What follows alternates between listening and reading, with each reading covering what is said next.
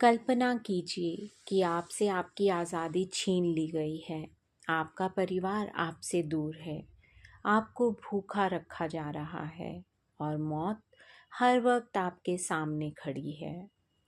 ऐसी स्थिति में क्या कोई इंसान खुश रह सकता है या जीने की उम्मीद रख सकता है? मनोवैज्ञानिक विक्टर फ्रैंकल ने नाज़ी कैंपों के नर्क को झेला और वहाँ से एक ऐसा सच खोजा जिसने पूरी दुनिया को हैरान कर दिया।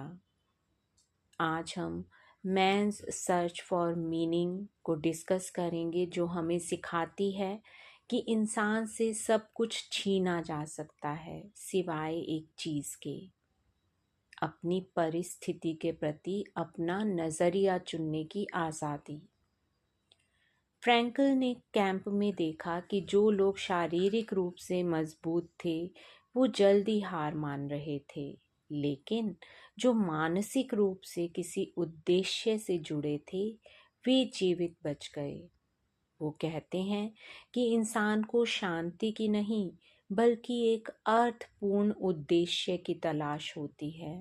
अगर आपके पास जीने का कोई क्यों है तो आप किसी भी कैसे को सहन कर सकते हैं, चाहे वह आपके बच्चे हों, आपका काम हो या कोई अधूरी किताब। फ्रैंकल का सबसे बड़ा सबक यह है कि हमारे साथ क्या होता है वह हमारे हाथ में नहीं है, लेकिन उस घटना पर हम कैसा महसूस करेंगे, कैसा रिएक्शन देंगे, ये पूरी तरह से हमारे हाथ में है। उत्तेजना और प्रतिक्रिया यानी स्टिमुलस एंड रिस्पॉन्स के बीच एक खाली जगह होती है। उसी खाली जगह में हमारी चुनने की शक्ति और हमारी आज़ादी छिपी है। अगर आप आज किसी मुश्किल दौर से गुजर रहे हैं तो याद रखिए, आप उस स्थिति के शिकार नहीं हैं, आप उसके निर्माता बन सकते हैं।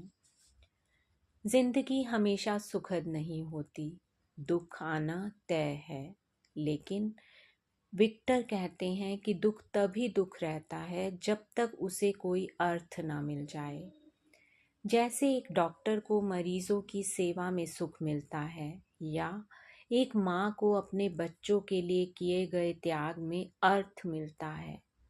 जब हम अपने दुख को किसी बड़े लक्ष्य से जोड़ देते हैं तो वह दुख सहने की शक्ति बन जाता है। आपकी जिंदगी का उद्देश्य कहीं बाहर नहीं है, उसे आपको खुद बनाना होगा। विक्टर फ्रैंकल की यह कहानी हमें याद दिलाती है कि अंधेरे से अंधेरे वक्त में भी आशा की एक किरण बाकी रहती है।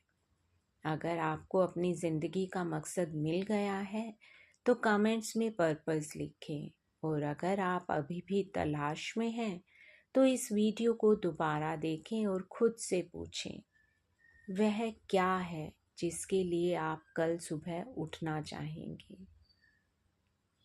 धन्यवाद।